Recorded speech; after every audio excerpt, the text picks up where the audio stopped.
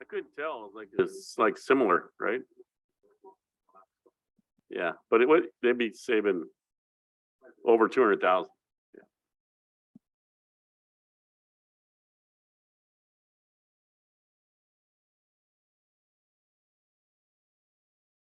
Yeah, open up. We're in regular session.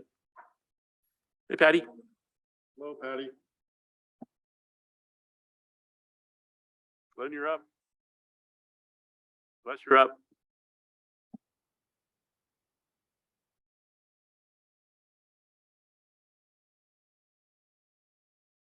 Good morning.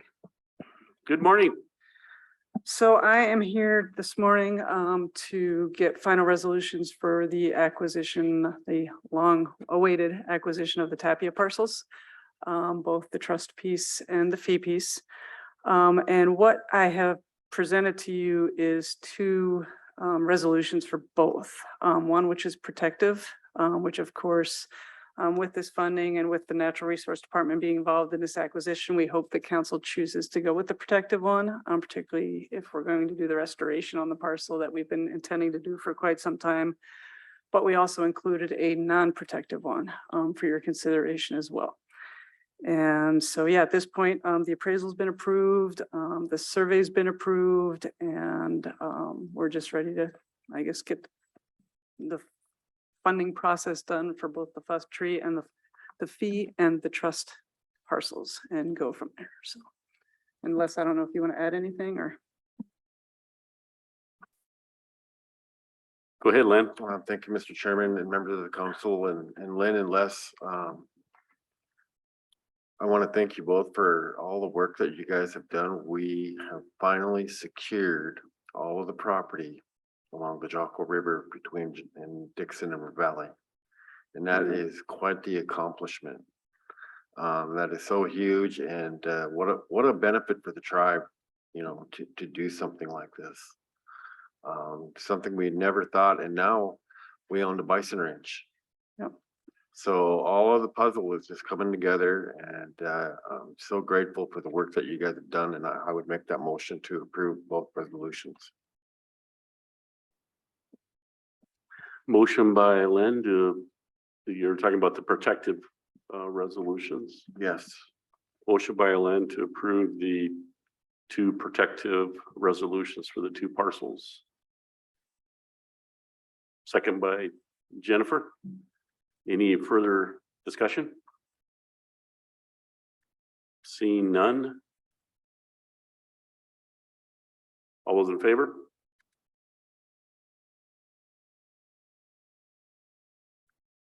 Ellie?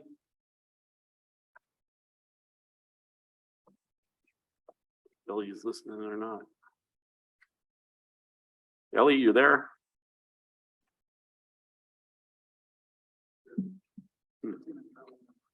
Must be. Okay. Thumbs up. Okay, unanimous. Okay, thank you. Good thing you didn't have any questions for Brian. Quick question for Les. When are we gonna finish the project then? Yeah, we did budget to move ahead with restoration design, so you know, we'll finish the restoration design in this area next year, and maybe start construction the year after that. It's pretty exciting, and I'd like to point out that yeah, this is quite a puzzle. There's SKQ has provided funding for land acquisition, BPA, and it started with ARCO. And under the ARCO banner, there was a fair amount of existing tribal land that was in agricultural use that worked out to trade out for a different acquisition that the tribes put into this protective easement sort of thing. So we've used all the mitigation monies, and we've probably even used maybe not anything else, but it's pretty exciting. Thank you. Thank you. All right. Thank you. Good job.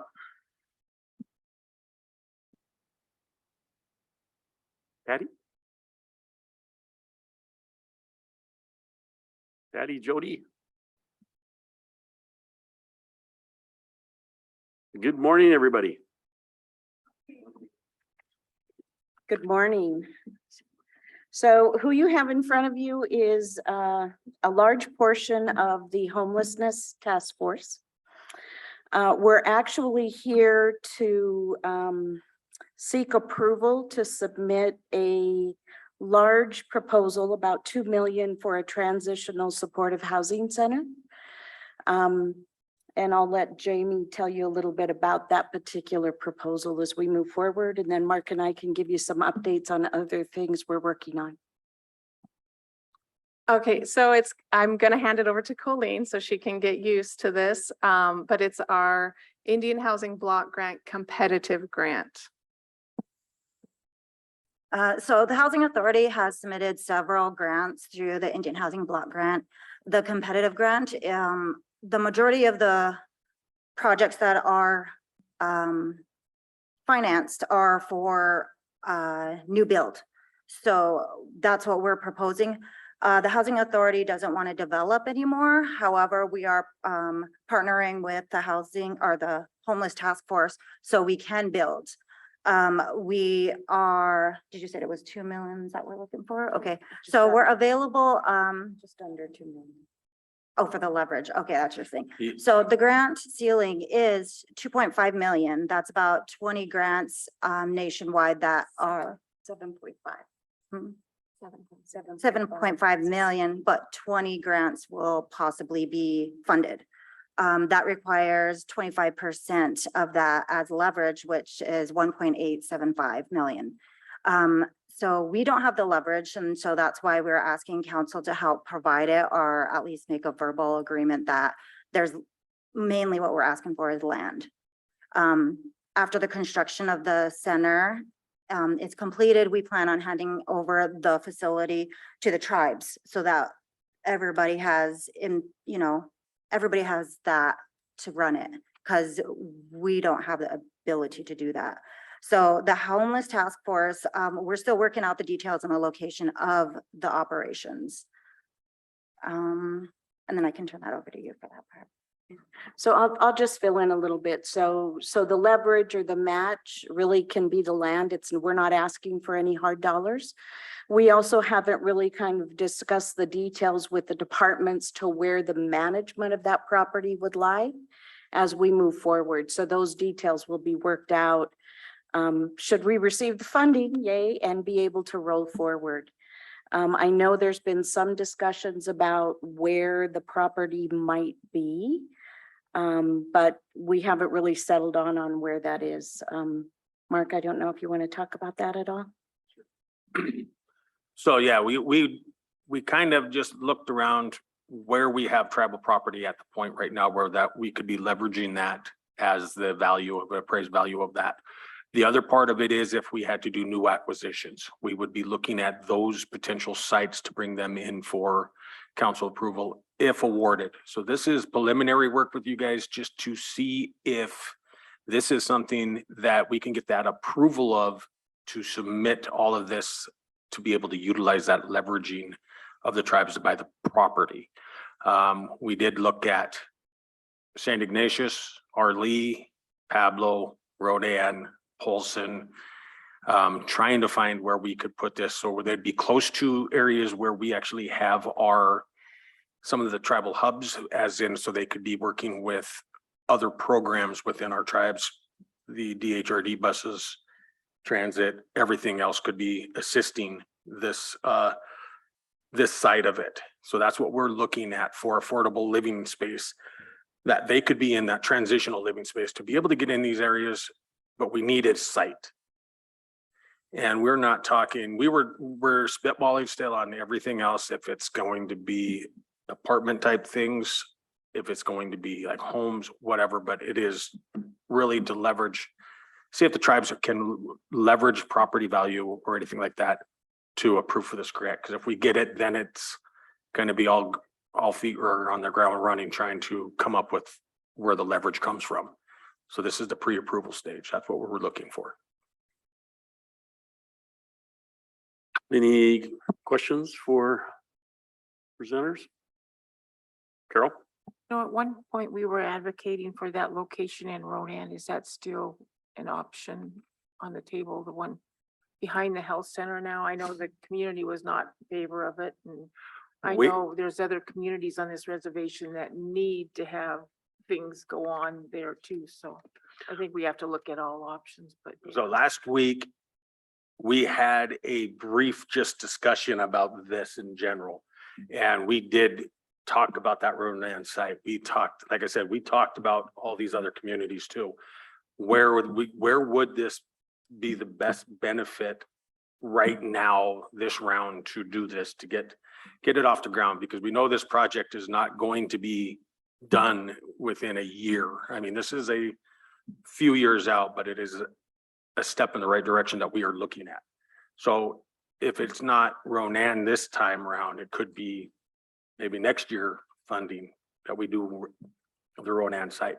But we have to leverage everything the same way, but we just need that input from tribes, because when we start doing this right now and get that pre-approval, what we're looking for, then we are going to be sitting down with our group still and really coordinating on what kind of facility it is, what is the actual location size that we need, what's all the infrastructure that we're going to be needing for this. And then, like I said, we might already have that tribal property, and it's just the appraisal value that's our leverage. Jody? And also, I had heard that the Ronan property was maybe having soft ground issues from water or swampiness. And so that needed to be really considered so that we don't put a big investment there that is going to give us problems in the future. Jennifer? Yeah, my question is there a possibility that the facility could be broken apart in two? Rather than one big one, to have two smaller ones in two separate communities? That's probably a good one. So yeah, that would be part of the planning, but for this grant specifically, it's one project. So if it was broken up into two projects, we would only be able to fund one under the grant. But for future reference, we'd probably look into it. Jody? My input would be that if we do it in two locations, it's double the amount of work and double the amount of ongoing expenses for the supportive services that are there. So in order to have a more feasible budget for operations moving forward, it would be convenient to have it all in one unit. Because otherwise you're going to need two of every service provider available there. I guess unless they rotate. But so like right now we have a caretaker for TLC and a caretaker for the Morning Star. If we had two buildings, we would need two caretakers and we'd have to pay the salaries on that. There's a caseworker who's the lead caseworker for TLC and a lead caseworker for the Morning Star. So we would need two caseworkers versus one. So it would just be twice the expense for ongoing. And as of right now, we haven't figured out how is this going to pay for itself. So it would be harder to find two sources of revenue versus one. Mark? Yeah, and to tag on with that too, this is the first time we're really looking at a bigger project like this too. So we're going to actually solidify that pilot project part of it to see what we are actually going to be having to do for all of our other communities and everything else where we're at. We're looking at, just like what she's saying, budgeting and everything else, because this all could come down as a case workload for certain individuals only that would be managing all sites. So we are not positive yet how this is going to work, if it's going to be too much for one person, or is it going to be enough for one person can do, and the case managers can do two? Because we're looking at multiple family units to be able to get these individuals here. So the caseload of one individual is going to be pretty intense wise for that. There are going to be a lot of cases that this individual is going to be working with, because we're looking at not like 4-bedroom, I mean, 4 units. We're looking hopefully bigger units than that, you know, to house many people. So that's where we're at right now. Is the, Mark, is the property behind Western Building in Ronan a site of consideration? Out on Mink Lane or? Yes. Yeah, that could be. That's an ideal one too. That's what I was thinking of right there. Able to be hooked up into the water and sewer systems, everything right there could be. It's close to any facilities. But yeah, that's like one site that we looked at too, is just a potential site for that area. Yeah, if there's ground issues on the other side, maybe it's the other one. Okay, Martin, Thank you, Mr. Chair. Are you guys actually meeting with the homeless task committee force? If you are, let us know. I'd like to be involved. We are a significant portion of the homeless task force. So we'll make sure you get the invites. As of right now, we decided to, at one of our meetings just maybe a month ago, we decided to start meeting weekly at 7:30 on Thursdays, pre-council, trying and just run for about an hour to be able just to discuss about what our next steps are.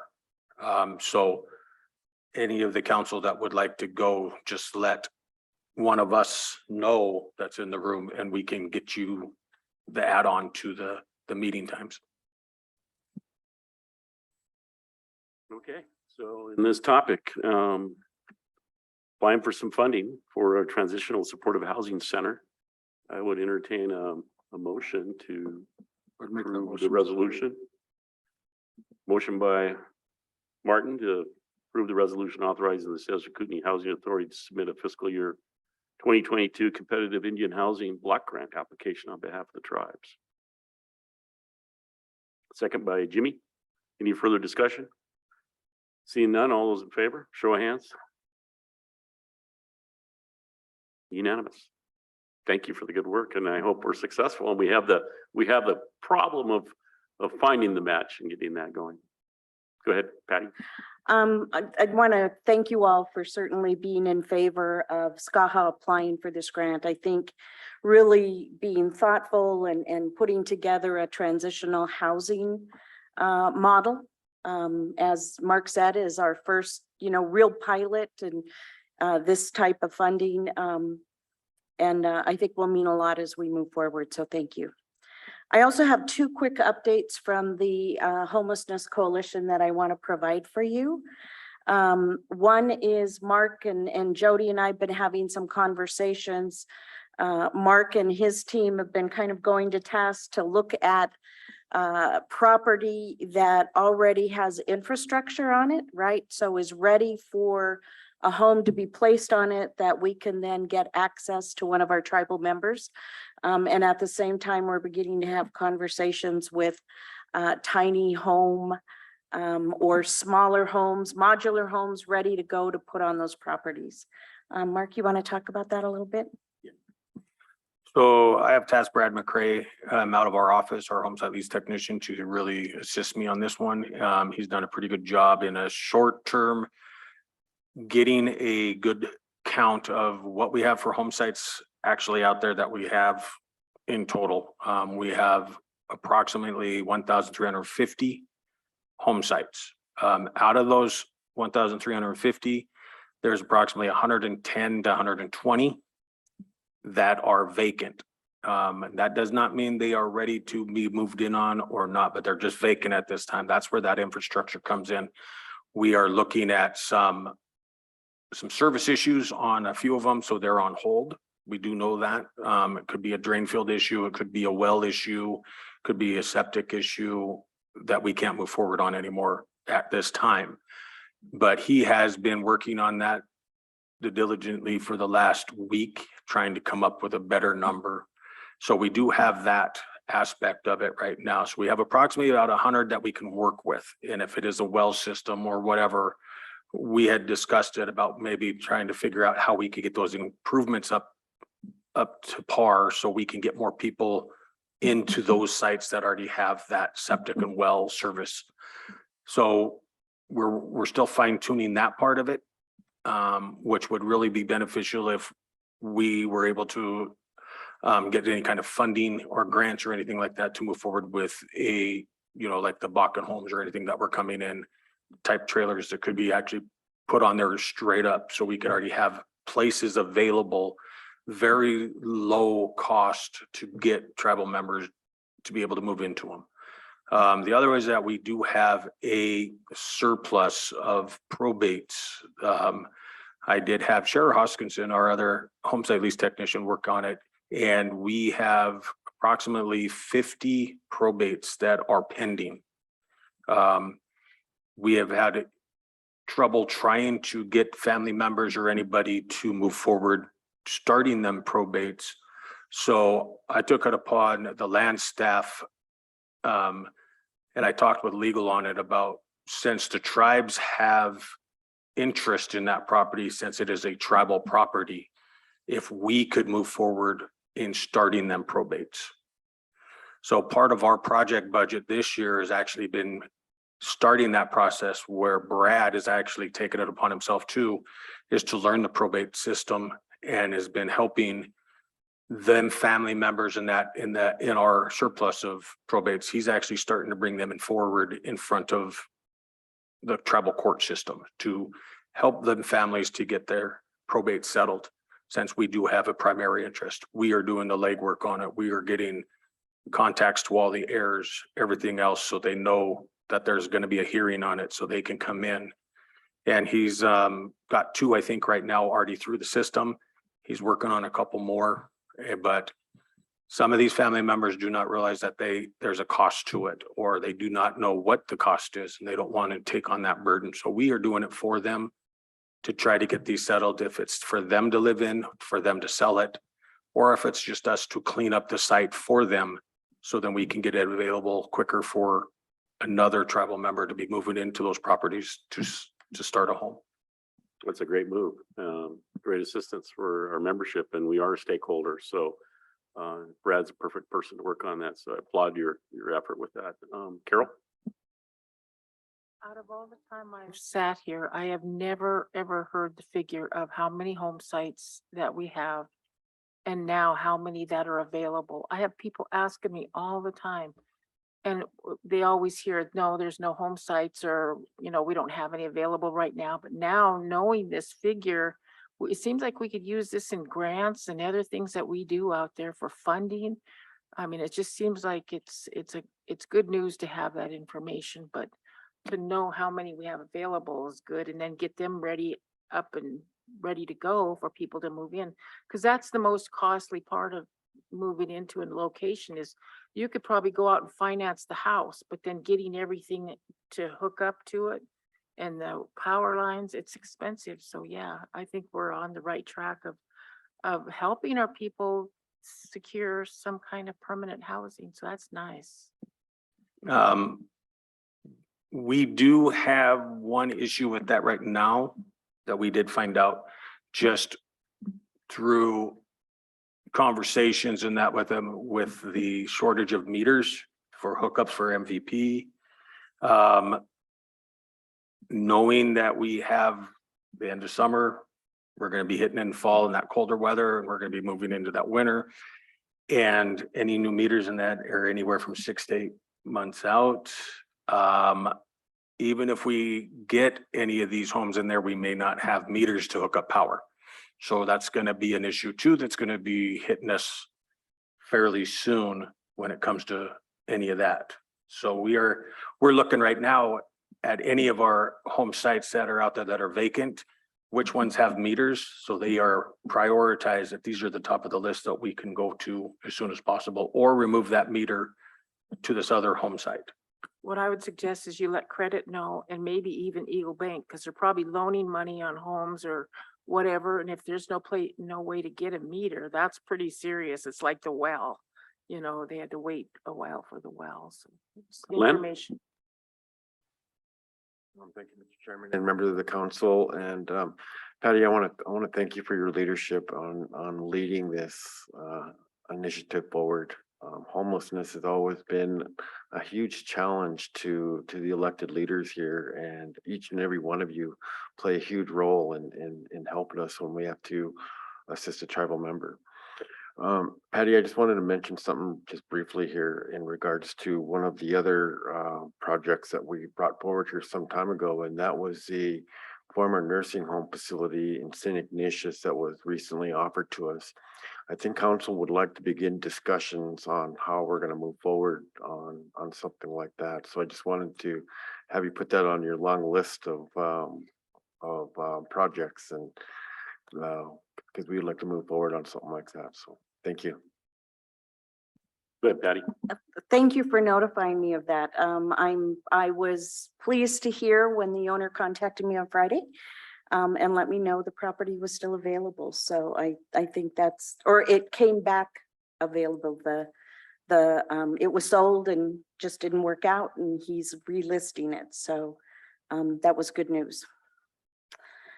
And I just have the pleasure of working with Jamie to schedule the meeting. So it's really all of these people that are doing the great work in the homelessness initiative and helping to move things forward. We're glad that we're able to bring you a couple projects and let you know what we're working on.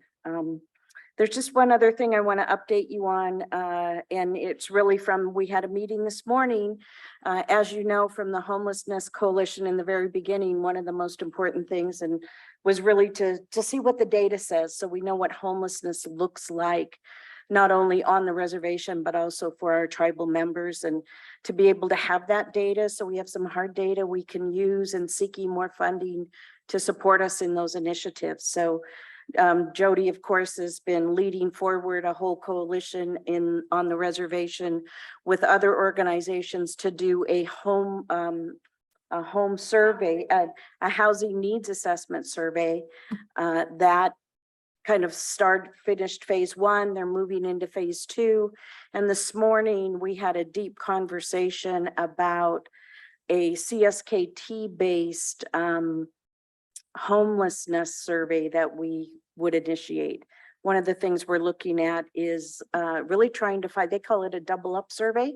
So trying to find out how many individuals are living in homes, because we know more than one family is usually living in any home, and they call it doubling up. So that's a process we talked about this morning. I don't know if Mark or Jody, if you want to talk about that a little bit. I had to leave early.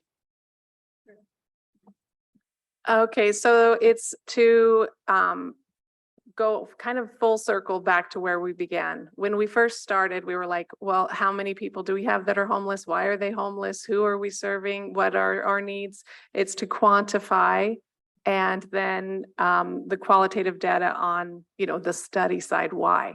And so we could provide better services, that we can identify the gaps, that we can build bridges between the departments for providing services, so we can do things more efficiently, so we're not duplicating services and efforts.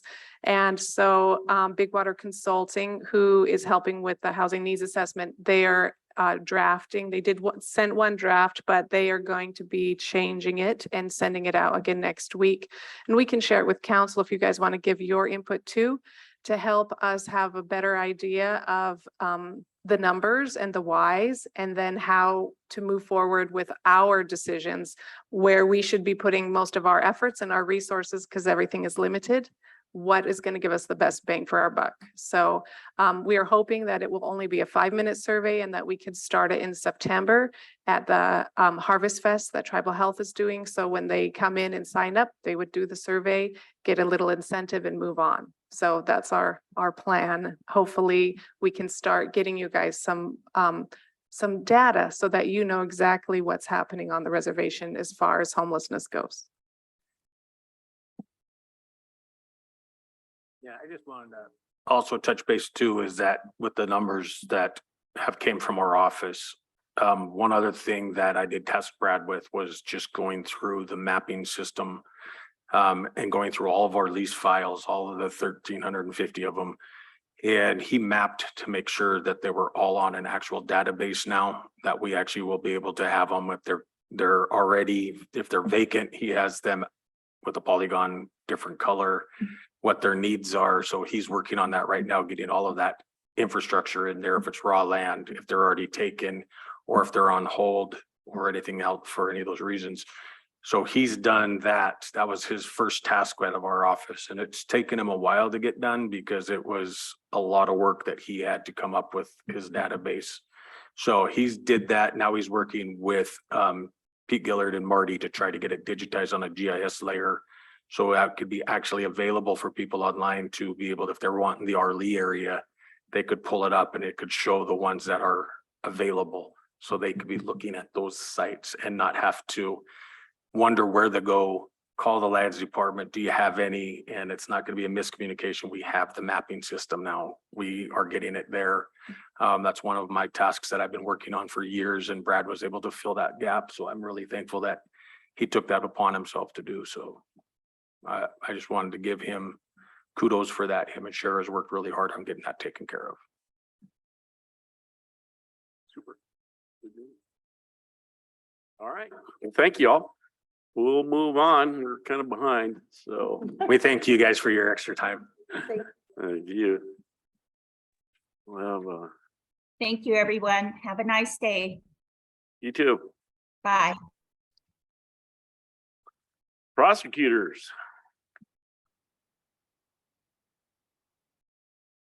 Come on up.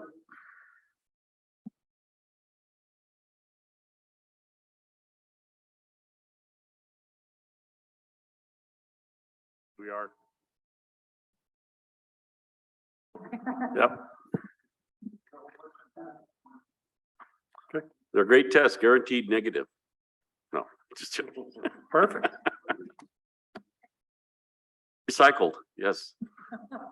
So before we go into any of the particulars, Mr. Chairman, I'd like to talk about a little bit about the process. So 20 years ago, going back in time, Ann and I, Dusty Dayshaw was the prosecutor then, Bob Stahl from the court, Janet, is it McGregor from legal?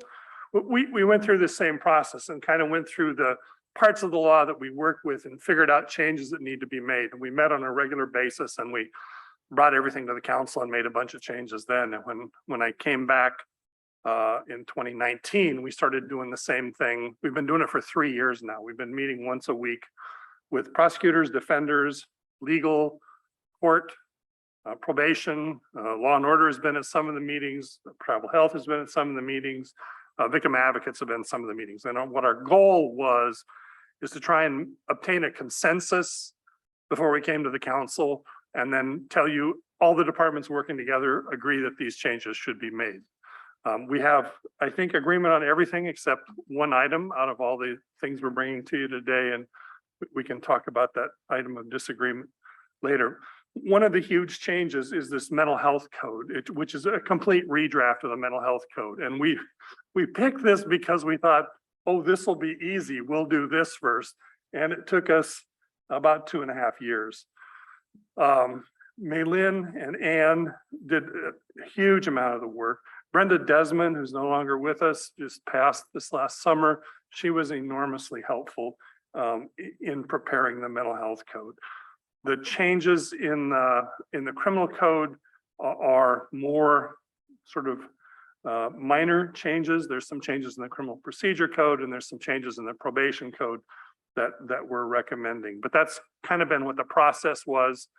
And so I don't know if you have a preference on which thing you want to hear first. Before we go into the changes, I guess the other thing I want to bring up is that this should be an ongoing process. Looking at the codes, where they need to be changed, where there's gaps in the procedure, language needs to be cleaned up. And I think my suggestion would be to have an actual staff that goes through and make sure there's consistency of language. Because if you clean things up at the front end with the statute, then you have less dispute on the other end. So that's my overall suggestion. 100% agree with Ann on that too. There should be like a full-time person in the legal department whose job is to do this. You know, the codes themselves need to be, the ordinances need to be standardized. In terms of advancing tribal sovereignty, you need to make those available in a better fashion than they are. They should all be codified as one part of one document. There should be a drafting guide that you use so that when new ordinances are developed, language is standard. That's really important for the tribes, I think, going forward. And Maylin's been involved in that, I think with Fort Peck when she was at the law school, and helped them put all their codes online, which, I mean, all our ordinances are available, but, you know, some of them are a copy from 1962 that's sort of readable. And they all need to be that, I hope that someday soon, that's a priority for the council in terms of resources. So I also want to mention that, I'm not on, I mentioned that, for some of the codes that are in the online version are not the current code. And unless you know those aren't the current code, it's causing problems for people that are using an obsolete code because it's what's available online, but it's actually not the current code. So I encourage you to look at what Fort Peck has done with their code. They've done a really nice job. When ordinances are passed, they just automatically are uploaded onto their website for the code. So they always have the current information on their code. And it's a really nice feature that Fort Peck has done.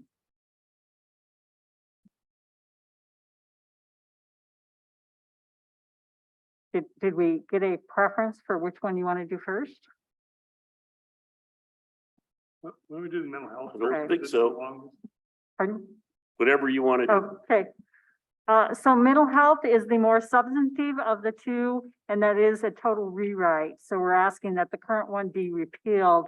Part of this came about is when I first started working here, doing the mental health stuff, there were inconsistencies with it, and there were also some due process problems with the existing code that we've tried to address informally, but we really knew that it needed to be formalized. So that's what started the process as well of working with the mental health code.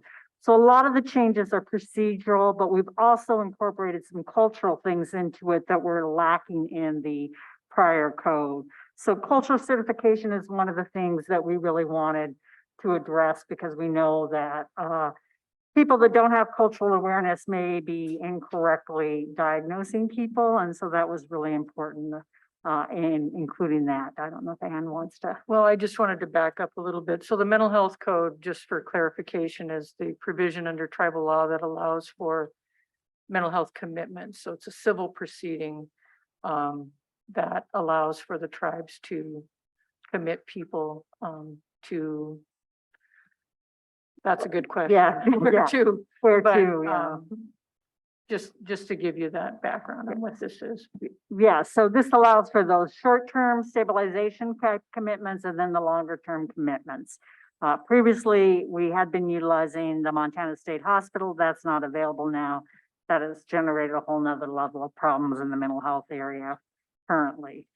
But the mental health code that we are proposing here is addressing some of the problems we had identified in working with the old code, but also recognizing some of the gaps culturally between what the old code provided for and this code as well. It makes it really clear what the roles are for the various parties in looking at emergency detention situations and then the commitment provisions on that. Okay, Carol. Okay, if we have a rewrite of the code, Mhm. do we have the staff to back it up? I mean, you can have everything in words and have it all great, but if you have nobody that has worked with you guys to formulate this, are they gonna take ownership once they see this and say, okay, yeah, this all works together? I mean, have we got all the parties in the room? All the Fight this parties, out- yeah, Excuse me, yeah, go ahead. to complete this and then make sure that they're on board, whether it's in Ann's department or mental health down at tribal health. If they know that if this is gonna be workable. So this was given to mental health at least on 3 different occasions to provide input with. We've met with them once, right? More than. Did we do more than once? A couple of times to give input. So they didn't give us any additional feedback on this finalized version that you got. We've talked with, obviously Ann was involved in this whole process. It wasn't just through our office. It's a broader group that was working on it, as well as legal was working on it. So whether they're going to be resources is a separate issue from the process piece. And that's always an issue we have in anything we're doing. But this just defines the roles of everybody. After the process is adopted, if we decide to go with this, that's probably the next step in the process is to go meet with Ricky Neas and say, this is what we've developed. We need to make sure that we have staff that will back this up and Yeah, professionals that'll back. But I us up. think you raised another good issue and that, I at least hadn't thought of before. I think what we need to do once the code is enacted is to we can do an in-service with the players and say, here's the new code, these are the changes. That's a great idea. I think we should do that. But in terms of the fiscal impact too, we went through and identified all the sections we thought that might have a fiscal impact, highlighted them, gave them to tribal health, let them review it, see if they had any additional input. When we were done with that, then we gave it to Rick Enius. He went through it and he said, you know, it's good to go. So we tried to cover those bases as much as we could. Yeah, especially when the money's available. That's what upsets me is when there's money available and nobody's there to do the job to get the money spent, to get the people the help they need. Yeah. So I'm glad to hear that you've already went through that process.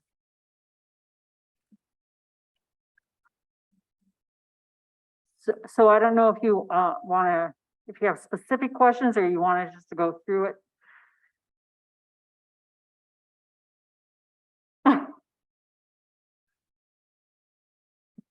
Sure. Yeah.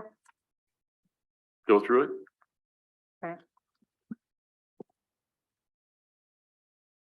So what we did on this one, different from the old code, is the statement of policy on it. We took the purpose and statement of policy and combined them in that section. We also updated the terminology that was used. We addressed some of the cultural pieces in that and the goals to make them compatible with the rest of the code. So we really just tweaked that. There's no huge change. It's more of a cleanup on that. Definition, again, culturally certified, that is a new provision. We define that, and that is addressing what is going to be required for somebody to actually be doing the mental health assessments on there. And that was a piece that we had a conversation with tribal health on, because that is a responsibility that they're going to have to do to either identify the training that people will have to go to, or what will be the equivalent of that training for purposes of being certified. So looking at that. We also looked at emergency situations and defined that in it. Some of this is just to clean up. We included the friend of the respondent piece in there. Mental disorder is the new definition that is being utilized in this area. So we cleaned that up. We also included that it's not just danger to self or others.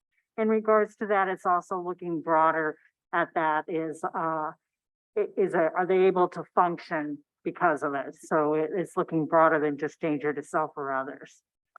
Mental health, the other piece, and this came up at some meeting, I don't remember what meeting I was at, is that whether tribal licensing, we've included the option for tribal licensing. So it's not used to just be state occupational licensing. We've included tribal. That gives the tribes an opportunity to exercise their sovereign powers and license if at any point they want to do that in the future. Mental health treatment facility, again, there was no substantive change in this between this and the previous one. It makes really clear that correctional facilities are not mental health treatment facilities. I am going to tell you right now, the jail is frequently being used as a mental health treatment facility because we do not have places to have people go when they're experiencing a mental health issue, and they often end up in the jail as a protective measure to self or others, and that's the only place we have. But the code has always been really clear that that's not supposed to be used for that. It's just unfortunately we don't have the services to put them in a place that they can be safe other than jail. And I do have to tell you, the jail is really quite phenomenal at working with people that have mental health issues. Professional person, again, this one is minor changes in that. It's got the certification piece in it, and it defines who a professional person is in regards to that. With very little changes from the last one. Protected health information, this is the HIPAA requirements that wasn't in the previous code. That is now in there. Cleaned up what it means to testify or give testimony. That was a way of streamlining some other provisions in the code that we could then eliminate by just defining what that meant. So emergency detention, this section actually replaced what used to be a voluntary admission type section in the old code, but really wasn't voluntary the way it was drafted. So the emergency detention lays out what happens when there's an emergency mental health is something that indicates an emergency mental health. Often it's going to be initiated by law enforcement, and that they are often the first responders to those situations. So it triggers the process for that, and that just laid out really clearly what steps are going to be taken, when they have to occur, and what the process is for everybody that's going to be involved in that. Temporary detention is not to exceed 24 hours. That made it really clear. There was some conflicting information in the old code as to whether it was hours, days, business days. So we cleaned it up by just using hours on the emergency part of it. Let's see. I don't think there's anything else. Well, we have a lull in the, in the discussion. I just want to clarify. People who are experiencing mental illness that are in the jail, yes, the jail staff is doing the best they can, and they're very sympathetic to those people, always looking for help for those people. We're imposing upon them to be providing the care. But let's be clear, people are getting worse because they're incarcerated. Their mental illness, they come in with that, and it gets worse because they're incarcerated. I just want to make sure we clarify that. And if we had any place to put them, we would, but with the state hospital not being available to us, the only secure facilities locally are Providence and Kalispell. And if they don't have any beds, they don't have any beds. Lake House won't take somebody if they're violent or have history with them that's not positive. And so we're left with a mentally ill person who is physically dangerous, and we can't put them anywhere. So whatever we do, we're violating something. Yeah. Also, just a real quick clarification. The first 3 pages, 17 through 19, are just the comments on the changes. Those aren't the actual changes. The actual changes are in the body of the text. Sorry. And so then we also made really clear what the hearing on the petition to detain is. We've changed the terminology that first hearing on the emergency is a detention type hearing, not a commitment hearing, and laid out the process for doing that.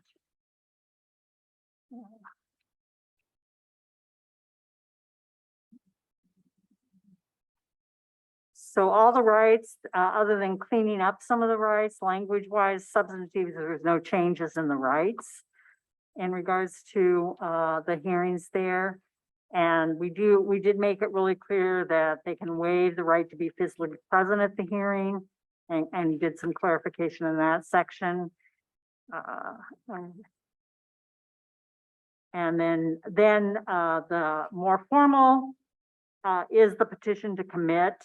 And we set up the process for doing the petition to commit, and made it really clear what had to be in the petition and what had to happen at the hearing in regards to the petition to commit. The other thing that we did that was not under the old code is we allowed for extension of time under a commitment order. Under the old code, we had only 90 days. After 90 days, where we had to either do a new petition to commit, or they had to be released. This allows a motion to be made to extend that. I will tell you, I've not had to extend anybody beyond 90 days when we did have access to the state hospital. Normally they're in there about 30 days before they can be released. But this does allow for an extension of time if we have somebody that needs additional services beyond the 90 days without having to go through the whole recommitment process on them. It also recognizes that there is a need for not only treatment, but then those supportive services in regards to people that are in a mental health crisis and are being discharged back into the community. So it's determining what kind of services somebody needs. The court is not required to commit to facility. They can require that they participate in community services if those are available. So it is not just a commitment to a facility under this. Always has to be the least restrictive placement. That did not change. And then the diversion of people from the jail, we also cleaned that up some as to what the process is for that.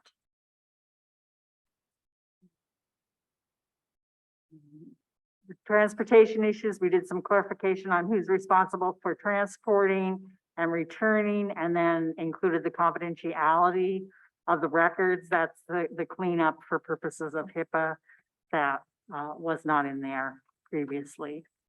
And then the final section is the patient treatment plan. We did some clarification on that of what that was going to require when somebody is discharged from any facility, so we can identify what supportive community services are available. So that's the very high level overview of the mental health code. Any questions from council? Other discussion points? Go ahead, Jennifer. Thank you so much. This is amazing work, really. I just had one question. I don't know if I forgot, but why can't we send people to Warm Springs? They lost their certification. So most of the people going over there were going to be going over there under Medicaid. And IHS can't use funds to send them, or tribal health can't use funds to send them to Warm Springs now. They're supposed to be in the process of cleaning up some problems in order to be certified again, but I don't know where that's at in the It's process. not happening anytime soon based on the people I've talked to at the state. It was kind of headline news. Had a lot of issues there. Yeah. Yeah, I think that was back in March that they revoked, the feds revoked their certification.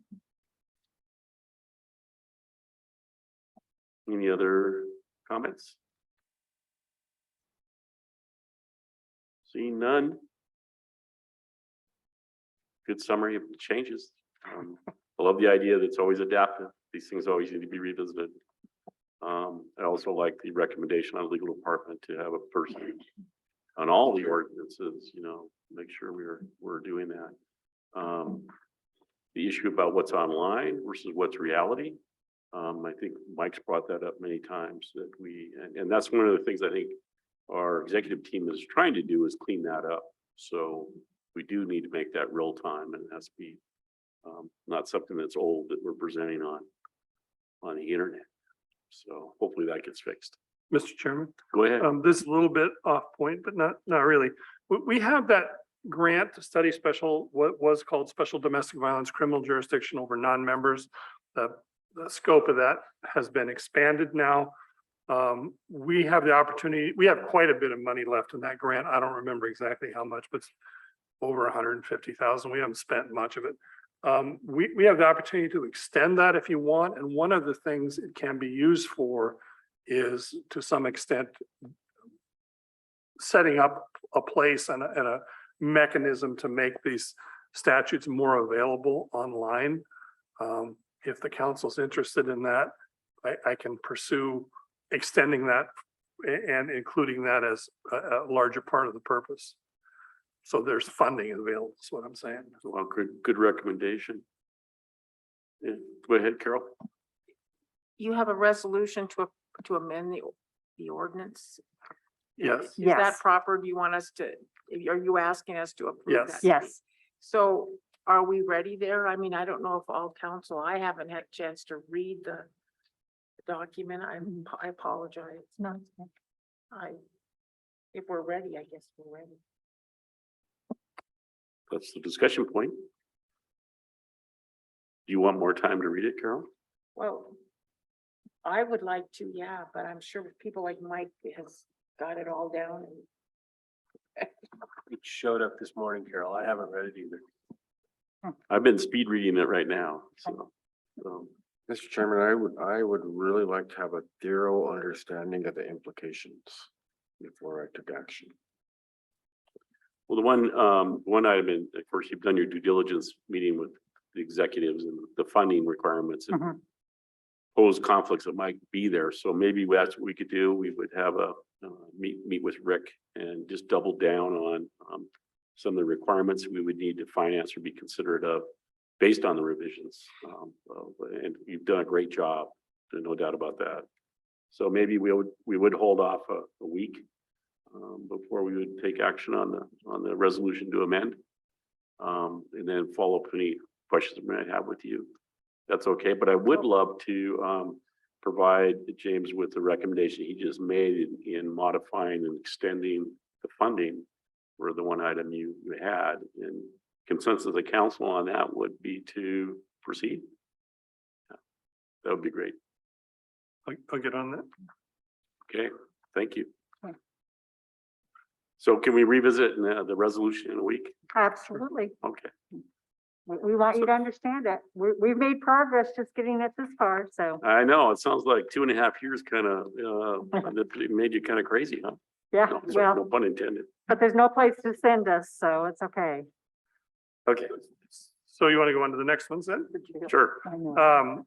Let's do the criminal offenses next, because I think this one, and if you look, they begin on page 32. The changes are in red, and I've put comments at the bottom of each section about what's been changed and why. In the first section, under the definition of value, we've changed the value of what becomes a Class E offense or a felony to $1,500. It's been at 1,000 for 26, 28 years, since 94, whatever that is. And state law is at 1,500, so it makes sense to have it, to raise it just in terms of the amount of time that's gone by and what 1,000 is worth now and what it was worth then, and also to have it match state law in terms of transferring cases back or forth. I mean, it might be $1,100 loss. Now, it's not something we could transfer to the state because even though it's a Class E offense under tribal law, it's not a felony under state law. And it's much better to have the line between misdemeanor and felony be clear between the two jurisdictions. So there's a number of those changes that we're proposing being made. That's the first one, just in the definition of value.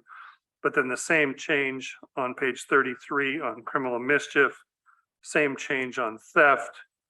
On page 34, same change on theft of labor or services, failure to return rented or leased property. There's one other small change on failure to return rented or leased property. When the code was drafted initially, in order to have something be a crime, either has to be a strict liability offense like a DUI. It doesn't matter what you're thinking.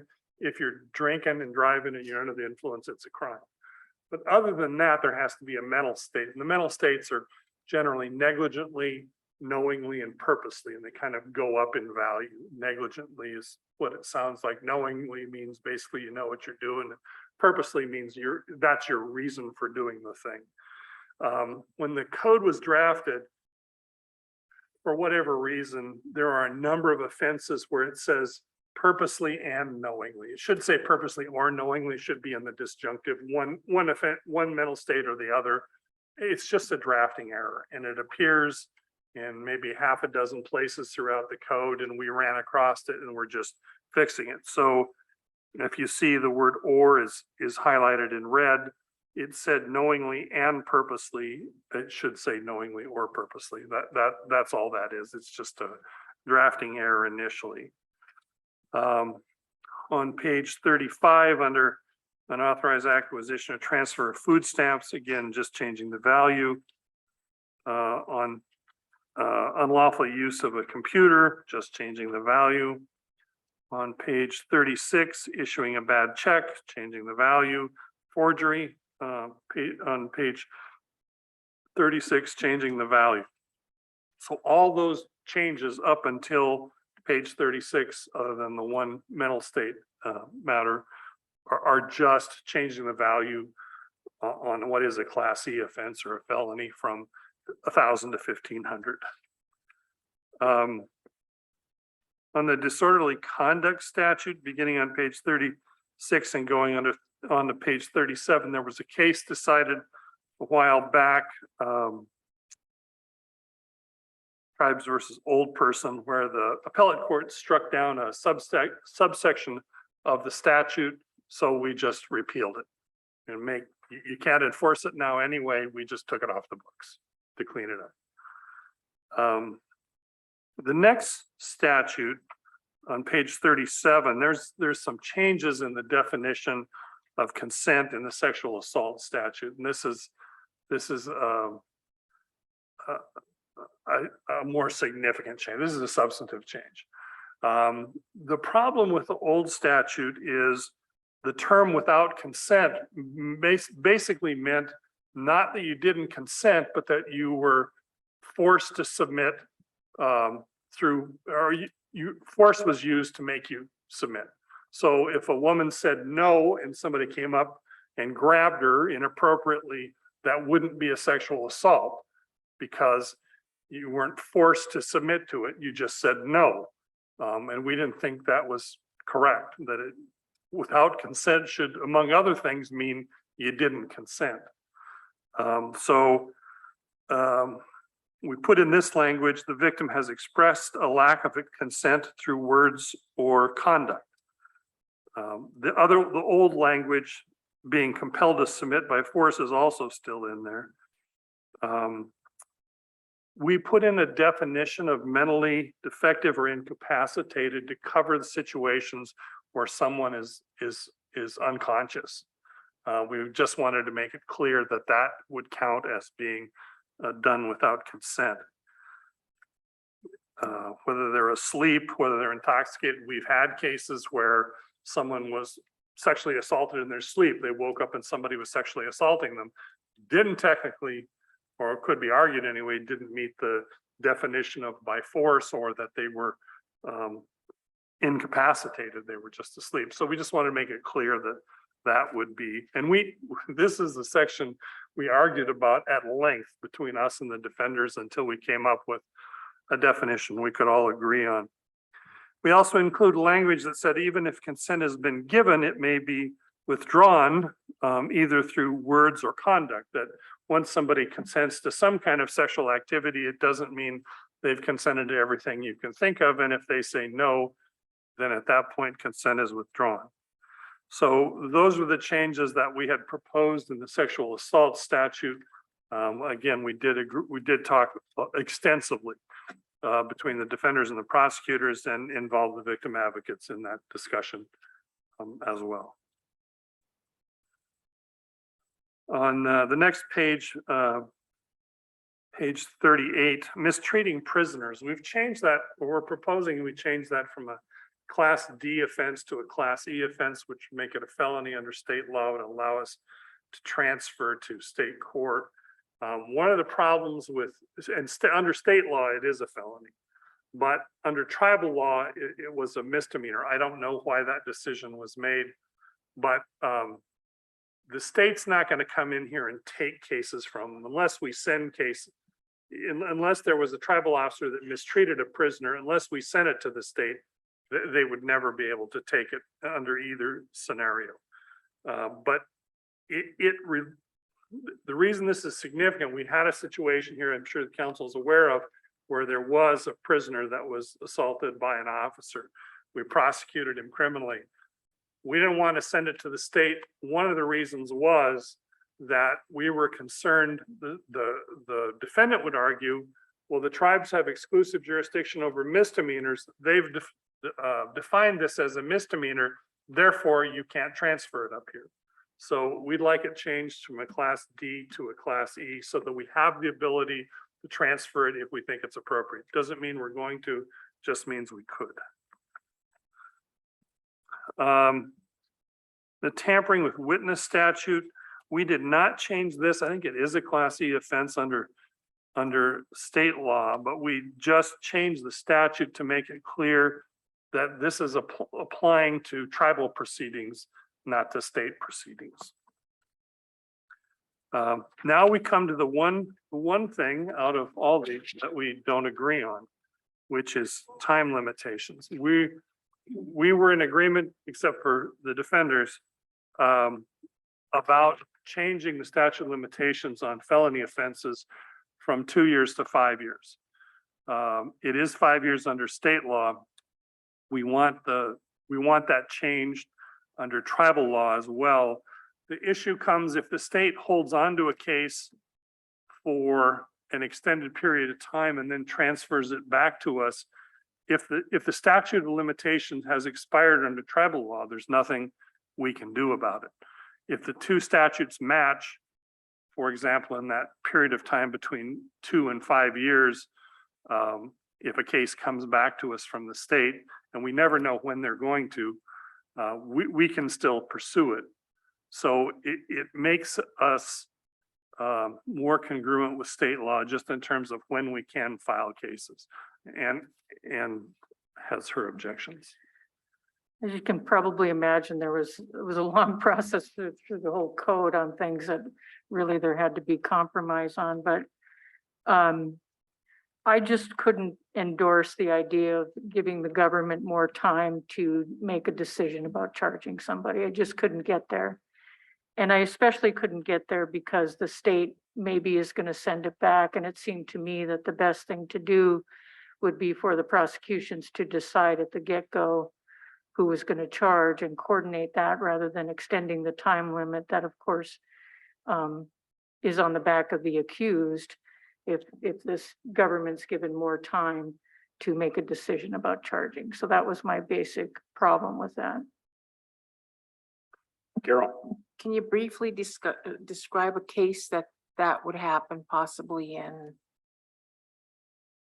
Well, if the state takes a case as a felony and then a year and 11 months down the road decides, well, or a year and 12 months down the road, 2 years down the road, they decide, well, we think it should be a misdemeanor, or we think it should go to the tribes, and they send it back to us. If the statute of limitation is passed, even for a Class E offense, we're not going to be able to do anything.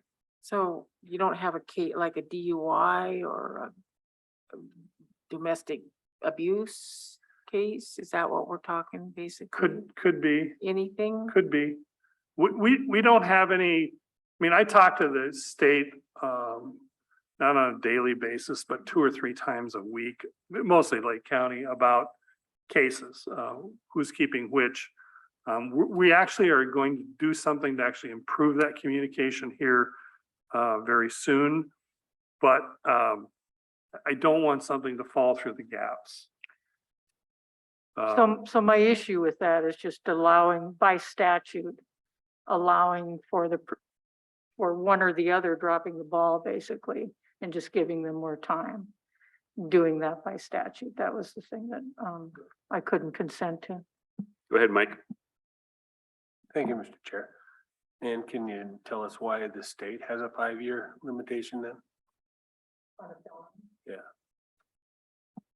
Maybe Jim can give the rationale for that, but the Montana legislature apparently decided that they wanted to give them 5 years to make a decision about charging a felony.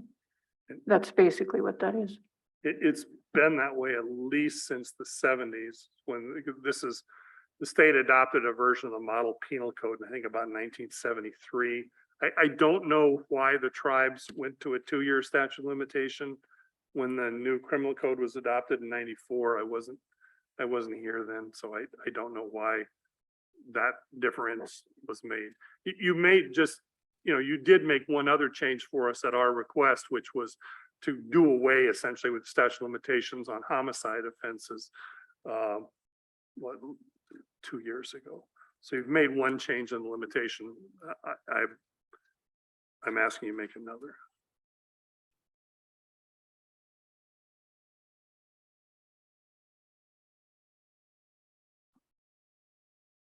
But that's our one item of disagreement out of.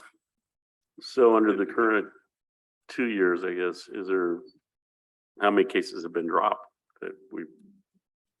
I don't have data for you on that. So it could be you're trying to fix something that ain't broke. It is, or it's not broke yet. I mean, Trying to think of the future, of course. my concern is down the road, right now, we have a good relationship with the Lake County Attorney's Office. We do, and things are working well. But as you know, that can change. It's very personality dependent.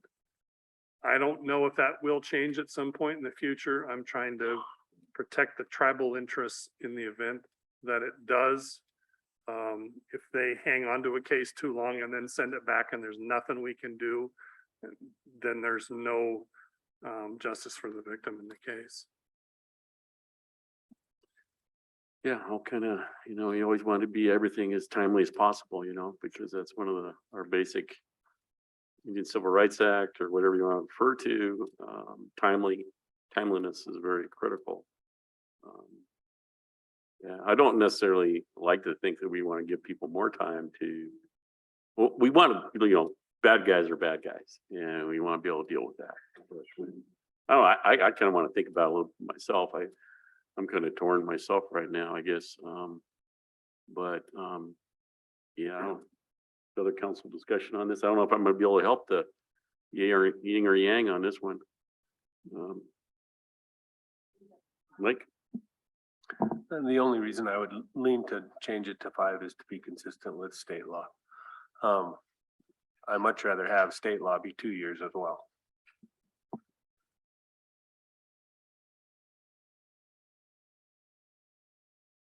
We're leaving it at 2. Mike? That would mean that an offender would be past the limit in tribal court, but still could be prosecuted in state court. So I don't know what leaving it at 2 really does, given that. Would the state take it back? I can't predict what the state is going to do on. That's how on any given egregious day. it is? I don't know. Pardon? It's one of the problems associated with being a 280 jurisdiction. To the extent that you have different limitations than the state does, you create gaps. And if a case falls through there, I wouldn't want that to happen. That's my concern.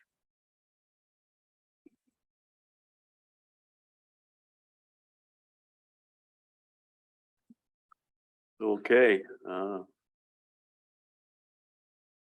Mike argues for consistency. Others argue for ain't broken, ain't fixed. Ain't broken, ain't fix it. Don't fix it yet. Ain't broken. I don't know. You all have a recommendation, or you want to think about it. I don't know.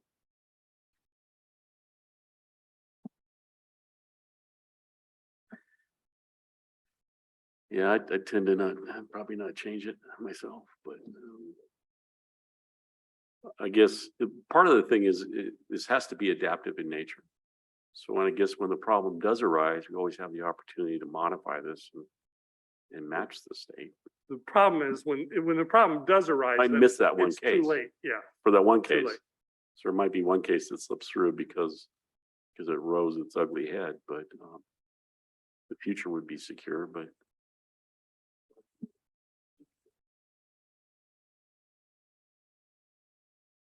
If they're handing it off and don't want it, maybe Kinda it should slip Yeah, through. that's kind of Kind of making depends on my which point better than I jurisdiction made is it. too. I mean, Sanders County is different than Lake County. As we've seen.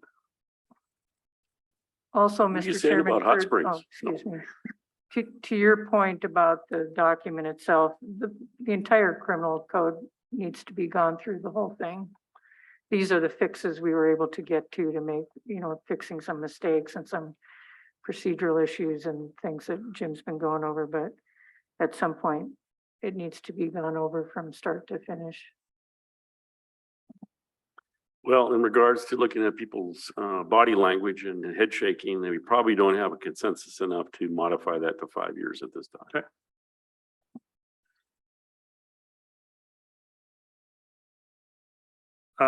Going on to the next one, the last two on page 40.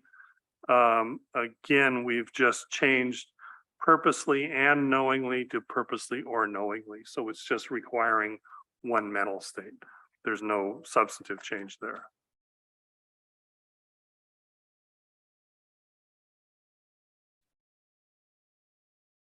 So those are all the changes in the offenses section.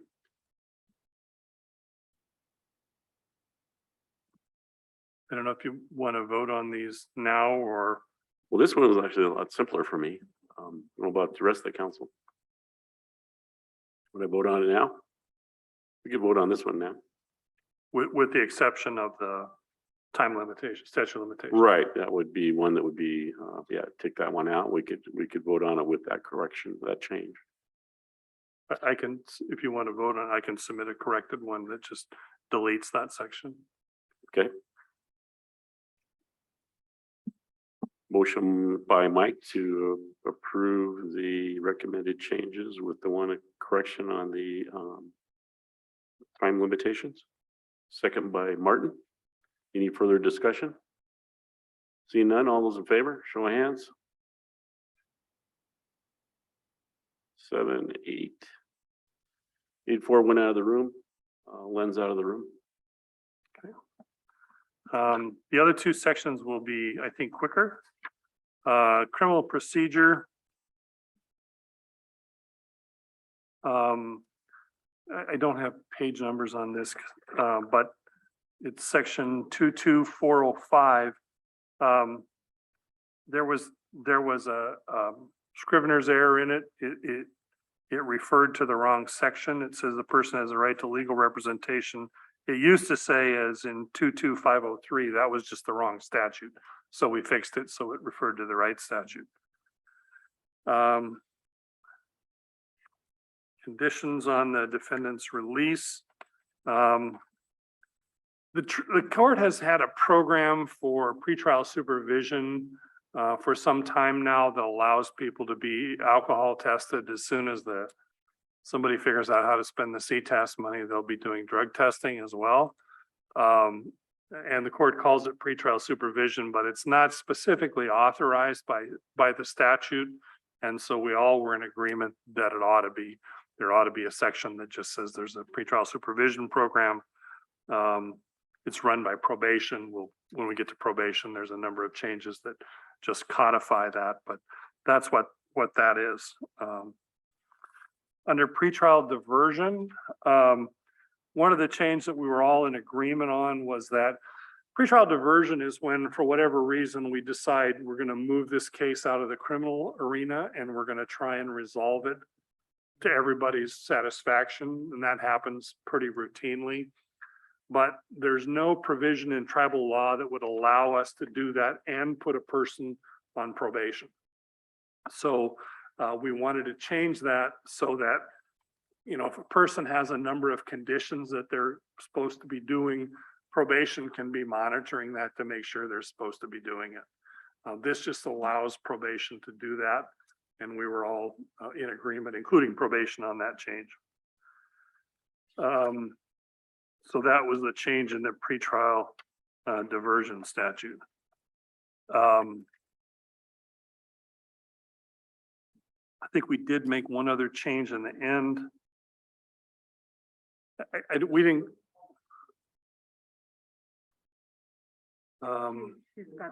She's got the wrong thing up there, so I don't know. Yeah. We just didn't get a copy with pages on it, so page numbers. No, we don't have that information. That's why you can't find it, Martin. So you guys don't have the criminal procedures section? It wasn't in our packet this morning. Okay. Well, maybe it would make sense to do that and probation next week when we come back. Absolutely. Yeah. That'd be great.